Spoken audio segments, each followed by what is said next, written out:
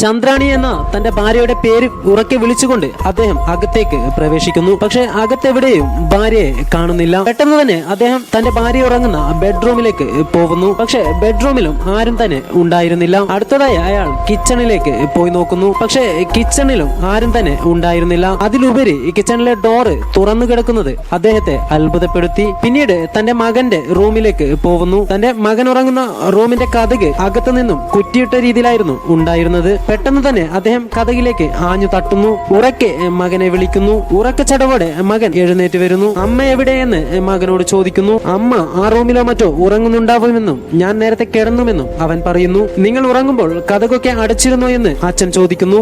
എല്ലാ കതകും പൂട്ടിയിരുന്നു എന്ന് മകൻ ഉത്തരം പറയുന്നു. എന്നാൽ അവിടെയൊന്നും ചന്ദ്രാണി ഇല്ല എന്നും എല്ലാ കതകും തുറന്നിട്ടിരിക്കുകയാണെന്നും അച്ഛൻ പറയുന്നു. ഉടനെ തന്നെ രണ്ടുപേരും കൂടി എല്ലായിടത്തും അന്വേഷിക്കുന്നു. അങ്ങനെ നോക്കുമ്പോൾ കിച്ചണിലെ ഡോറിന്റെ താഴെ കുറച്ച് രക്തക്കറകൾ കാണാൻ സാധിക്കുന്നു. ഭയപ്പെടുകയും അത്ഭുതപ്പെടുകയും ചെയ്ത അവർ രണ്ടുപേരും ഉടനെ തന്നെ പോലീസിനെ വിവരമറിയിക്കുന്നു. 39 വയസ്സായ ചന്ദ്രാണി സ്വർണലത എന്ന തന്റെ ഭാര്യയെ കാണാനില്ല എന്ന് അദ്ദേഹം പരാതിപ്പെടുന്നു.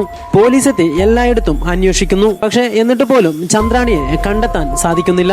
അന്വേഷണവും പരാതിയുമൊക്കെയായി 2 ദിവസം കടന്നു പോകുന്നു. ഏപ്രിൽ 7, 2014 കോട്ടക്കയം എന്ന ഗ്രാമത്തിലെ ചെളിവെള്ളം പോവാൻ നിർമ്മിച്ച ഓടയിൽ ഒരു സ്ത്രീയുടെ ജഡം കണ്ടതായി പോലീസ് സ്റ്റേഷനിലേക്ക് വിവരമെത്തുന്നു. പെട്ടെന്ന് തന്നെ പോലീസ് അവിടെ എത്തി മൃതദേഹം പരിശോധിക്കുന്നു. ഒരു 40 വയസ്സ് തോന്നിപ്പിക്കുന്ന ആ സ്ത്രീയുടെ മൃതശരീരമാണ്. വെളുത്ത നിറമുള്ള ആ സ്ത്രീയുടെ ശരീരത്തിൽ വസ്ത്രം ഒന്നും തന്നെ ഉണ്ടായിരുന്നില്ല. പ്രൈവറ്റ് പാർട്ടടക്കം എല്ലായിടത്തും കത്തിക്കൊണ്ട് വരഞ്ഞ മുറിവുകളുണ്ട്. വളരെയധികം ക്രൂരമായാണ് കൊലപ്പെടുത്തിയതെന്ന് ആ ശരീരം കണ്ടാൽ തന്നെ മനസ്സിലാക്കാൻ സാധിക്കും.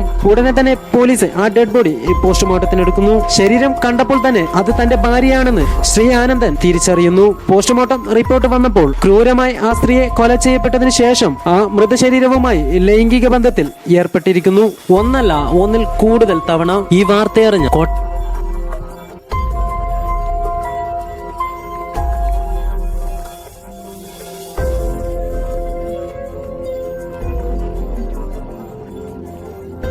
കോട്ടക്കയം എന്ന ആ കൊച്ചു ഗ്രാമത്തിലെ ആളുകൾ അത്ഭുതപ്പെടുന്നതിന് പകരം അവരിലുണ്ടായിരുന്ന ഭയം ഇരട്ടിക്കുകയാണ് ചെയ്തത്. സ്വർണലത എന്ന ആ 39-കാരി കോട്ടക്കയം എന്ന ആ കൊച്ചു ഗ്രാമത്തിൽ ഇതുപോലെ ക്രൂരമായി കൊല ചെയ്യപ്പെട്ട് ആ ശവശരീരത്തെ ഭോഗിക്കുന്ന 18ാമത്തെ സ്ത്രീയായിരുന്നു.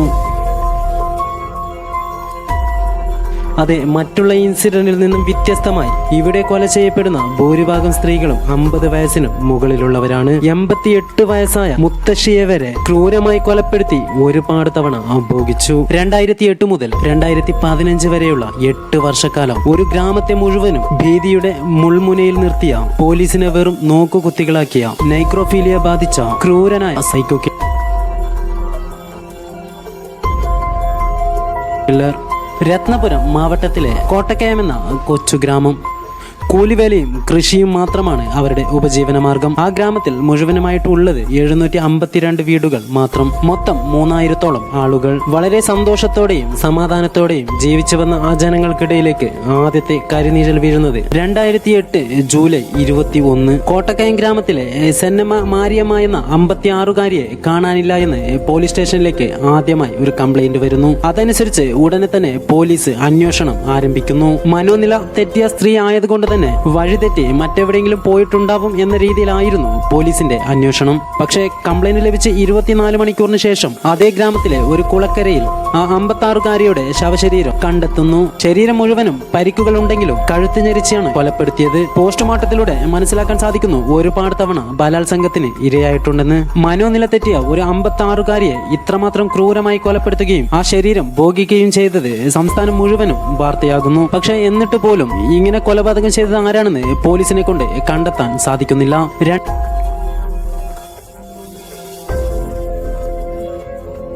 2008 നവംബർ 19 കോട്ടക്കയം എന്ന ഗ്രാമത്തിൽ നിന്നും തന്റെ സഹോദരി വീട്ടിലേക്ക് പോയ ആര്യവതി എന്ന ഒരു സ്ത്രീയെ കാണാനില്ല എന്ന് പോലീസിന് കംപ്ലൈന്റ് ലഭിക്കുന്നു. പോലീസിന്റെ അന്വേഷണത്തിൽ അതേ കുളക്കരയിൽ ആ സ്ത്രീയുടെ ജഡവും കണ്ടെത്തുന്നു. ആദ്യത്തെ സ്ത്രീയിലും ക്രൂരമായി ഒരുപാട് തവണ റേപ്പ് ചെയ്യപ്പെട്ടിട്ടുണ്ടെന്നും മനസ്സിലാക്കുവാൻ സാധിക്കുന്നു.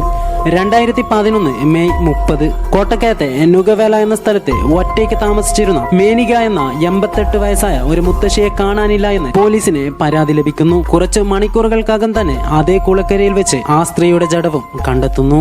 ആ 88-കാരിയുടെ മൃതശരീരത്തെ പോലും ഒരുപാട് തവണ ഭോഗിച്ചു എന്നത് പോലീസിനെ തന്നെ അത്ഭുതപ്പെടുത്തുന്നു. 2008 മുതൽ 2011 വരെ 3 വർഷക്കാലം 7 കൊലകളാണ് ആ കൊച്ചു ഗ്രാമത്തിൽ നടന്നത്. ആ കൊല ചെയ്യപ്പെട്ട 7 സ്ത്രീകളും 50 വയസ്സിന് മുകളിൽ പ്രായമുള്ളവരായിരുന്നു. മേനിക എന്ന 88-കാരിയുടെ കൊലപാതകത്തിന് ശേഷം പോലീസ് അന്വേഷണം ഊർജിതമാക്കി. അങ്ങനെ ചില സംശയങ്ങളുടെ പേരിൽ ഒരാളെ അറസ്റ്റ് ചെയ്യുകയും ചെയ്തു. ആ പിടിക്കപ്പെട്ട പ്രതി കൊല ചെയ്യപ്പെട്ട 7 പേരിൽ 3 പേരെ ഞാൻ കൊന്നിട്ടുണ്ടെന്ന് സമ്മതിക്കുകയും ചെയ്തു. പക്ഷെ അയാൾക്ക് മാനസിക രോഗമുണ്ടെന്ന് പോലീസുകാർക്ക് മനസ്സിലാക്കുവാനും സാധിക്കുന്നു. എന്നിരുന്നാലും പ്രതിയെ പിടിച്ചു എന്ന രീതിയിൽ ആ ഗ്രാമത്തിലെ ജനങ്ങൾ മൊത്തം സന്തോഷത്തോടെയും സമാധാനത്തോടെയും ജീവിക്കാൻ ആരംഭിച്ചു. പക്ഷെ അവരുടെ സമാധാനം അധികം നാൾ നീണ്ടുപോയില്ല.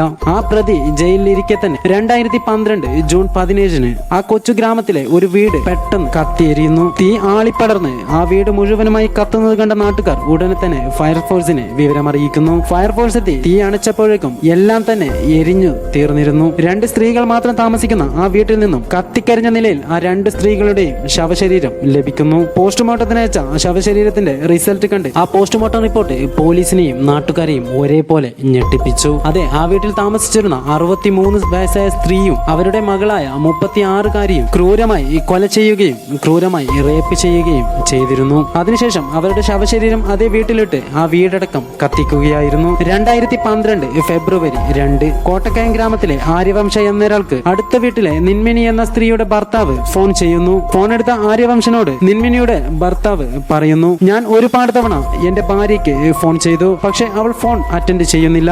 എന്താണ് അവിടെ സംഭവിച്ചതെന്ന് നിങ്ങൾ അടുത്ത വീട്ടിൽ പോയി നോക്കാവോ എന്ന് അദ്ദേഹം ചോദിക്കുന്നു. ഉടനെ തന്നെ ആര്യവംശ നിന്മിനിയുടെ വീട്ടിൽ പോയി ആ വീട്ടിലെ കതക് തട്ടുന്നു. പക്ഷെ എത്രയൊക്കെ തട്ടിയിട്ടും ആ കതക് തുറക്കുന്നില്ല. കതക് തുറക്കാത്തത് കൊണ്ട് തന്നെ അദ്ദേഹം വീടിന്റെ കിച്ചൺ സൈഡിലെ ഡോറിലേക്ക് പോകുന്നു. പക്ഷെ അവിടെ എത്തിയപ്പോൾ ഡോറ് തുറന്നു കിടക്കുന്നത് അദ്ദേഹത്തിന് കാണാൻ സാധിക്കുന്നു. അവിടെ എത്തി ഉറക്കെ പേര് വിളിച്ചു നോക്കിയെങ്കിലും ആരും തന്നെ കേൾക്കുന്നില്ല.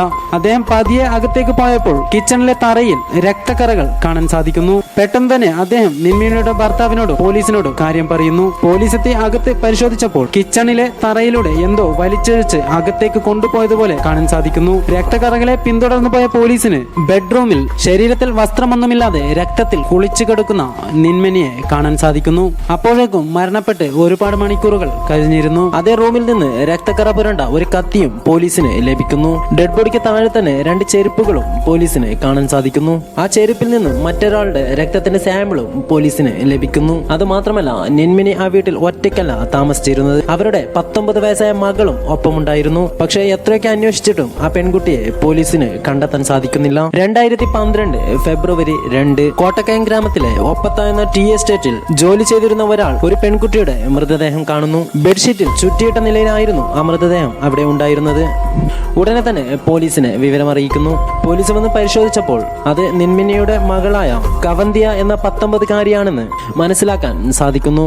2008 മുതൽ 2015 വരെയുള്ള കാലയളവിൽ അവിടെ മൊത്തം 19 പേർ കൊല്ലപ്പെടുന്നു. അതിൽ 18 സ്ത്രീകളും ഒരാൾ ആണുമായിരുന്നു. 18 സ്ത്രീകളിൽ 13 പേരും 60 വയസ്സിനും മുകളിലുള്ളവരായിരുന്നു. 2012 ശേഷം ആ സൈക്കോ കില്ലർ കൂടുതൽ അപകടകാരിയാവുകയും ഇരട്ടക്കൊലകളടക്കം ചെയ്യുവാനുള്ള ധൈര്യം കാണിക്കുകയും ചെയ്തു. അതുമാത്രമല്ലാതെ കൊല്ലപ്പെടുന്ന സ്ത്രീകളുടെ വീട് മൊത്തമായി കത്തിക്കുന്നതിലും അയാൾ ആനന്ദം കണ്ടെത്തി. ഇത്രയൊക്കെ ചെയ്തിട്ടും അയാളെ പിടിക്കാൻ പറ്റാത്തത് പോലീസിന് വളരെയധികം തലവേദന സൃഷ്ടിച്ചു. എങ്ങനെയെങ്കിലും അയാളെ പിടിക്കണമെന്ന രീതിയിൽ പോലീസ് ശക്തമായ അന്വേഷണം ആരംഭിച്ചു. കോട്ടക്കയം എന്ന ആ കൊച്ചു ഗ്രാമത്തിൽ തന്നെ ഒരു പോലീസ് സ്റ്റേഷനും പണിതു.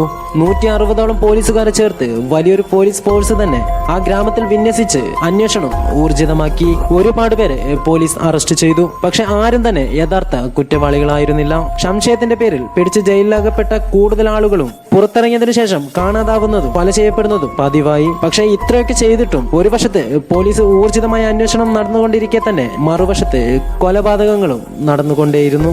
2015 ഡിസംബർ 11 നാദ് പാപ്പ് എന്ന 48 വയസ്സുകാരി കൊല ചെയ്യപ്പെടുകയും അതിന്റെ അന്വേഷണത്തിനിടെ ബ്ലഡ് സാമ്പിൾ മാച്ച് ആയത് കാരണം ലക്ഷ്മൺ നീൽ എന്ന ഒരാളെ അറസ്റ്റ് ചെയ്യുകയും ചെയ്യുന്നു. നാദൻ പാപ്പ് എന്ന സ്ത്രീയുടെ ശരീരത്തിൽ നിന്ന് ലഭിച്ച DNA-യും നീൽ ലക്ഷ്മൺ എന്നയാളുടെ DNA-യും മാച്ച് ആയതോടുകൂടി അയാൾ തന്നെയാണ് പ്രതിയെന്ന് പോലീസ് ഉറപ്പിക്കുന്നു. പിന്നീട് വിദഗ്ധമായ അന്വേഷണത്തിലൂടെ മുമ്പ് കൊല്ലപ്പെട്ട കൊല്ലപ്പെട്ട 6 പേരുടെ DNA പോസിറ്റീവ് റിസൾട്ട് നൽകിയതോടുകൂടി പോലീസിന്റെ ചോദ്യം ചെയ്യലിലൂടെ ആ 6 കൊലപാതകങ്ങളും താൻ ചെയ്തതാണെന്ന് അദ്ദേഹം സമ്മതിക്കുന്നു.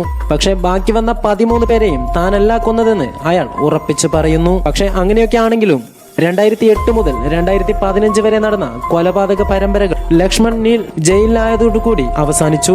അതുകൊണ്ട് തന്നെ എല്ലാ കൊലപാതകങ്ങളും അയാൾ തന്നെയാണ് ചെയ്തതെന്ന് നാട്ടുകാരും പോലീസും ഉറപ്പിക്കുന്നു. എന്തു തന്നെയായാലും ഇപ്പോഴും ആ കേസിന്റെ വിധിയും കാത്ത് അയാൾ ജയിലിൽ തന്നെയാണ് ഉള്ളത്. ഇത്രയും ക്രൂരനായ ആ സൈക്കോ കില്ലർക്ക് തൂക്കുശിക്ഷ തന്നെ ലഭിക്കും എന്ന പ്രതീക്ഷയിലാണ് എല്ലാവരും കാത്തിരിക്കുന്നത്.